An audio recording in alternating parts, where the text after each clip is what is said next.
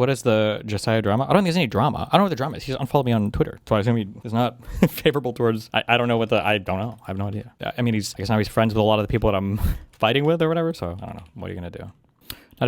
Not to reveal your hand or anything, but do you think Jessiah is actually captured? Reveal my hand? What do you think? I'm like plotting something? No, I think he has a group of friends, and I think they all like have a content strategy, and I think that content strategy works well for all of them. Yeah, I guess like in a way you could say audience captured, but his comments were hard against Crowley last night. Really? Do you have a... I think the thing that kind of breaks the illusion the most for me, for I think the Pisco crew as well, is just like how insanely eager they are to like come out of... You have to explain what the Pisco crew is. True, actually. Because if you say that, they're just going to think Hutch and IRI as well. Do people really think that? No, I guess it would be... I mean, they're on a podcast.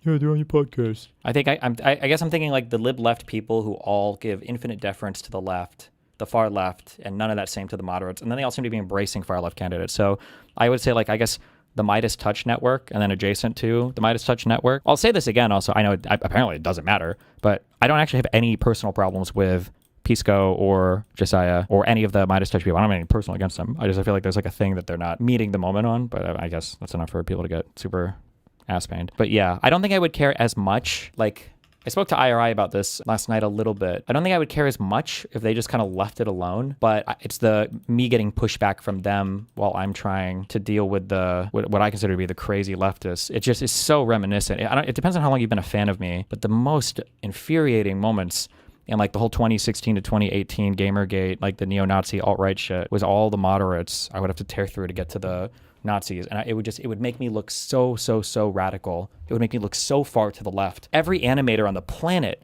fucking hated me after that JonTron debate. I remember getting like the lead animator for like, what was the name of this show? Was it Metalocalypse? Or is that the name of a Metallica album? Or is it Death Clock? Or I think it's like Metal Apocalypse or something. Yeah, I think you're right on. Yeah, and then obviously like Ego Raptor, Psychic Pebbles, all the huge YouTube animators, of course, and then several. Oh, that was the name of the band. Yeah, and then several like big animators that all fucking hated me, and it was just so much work where I could never just kind of argue the Nazi points. I would have to go through so many of these centrist types, and then it just gives the impression of me being so far to the left, and I'm like, I don't really think I am on these points. You guys are just like, yeah, it's just so frustrating.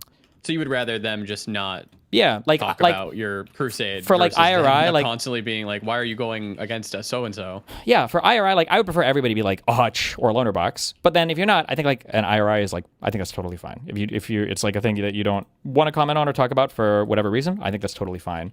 But when people start getting in the way and then it starts making me look fucking crazy, especially when...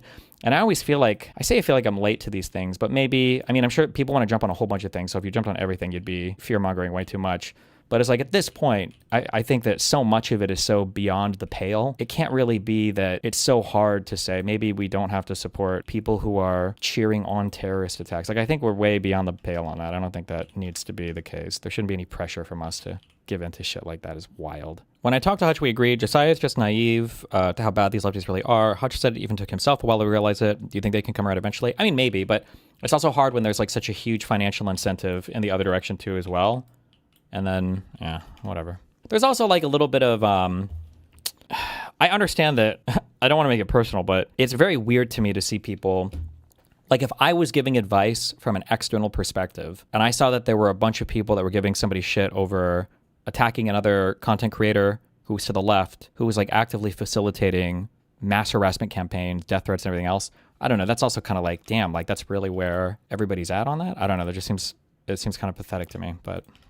Oh, the way that Pisco has it constructed in his mind right now is that if a lefty candidate loses, that means that all of us were wrong because that means that they're nowhere near as influential as we say they are. But then if a lefty candidate wins, he can say, oh, well, you guys are wrong because you're not meeting the voters where they're at, and you guys need to adjust your views of the Democratic electorate. So there's always all roads lead to Rome. It's priced in. It's priced in.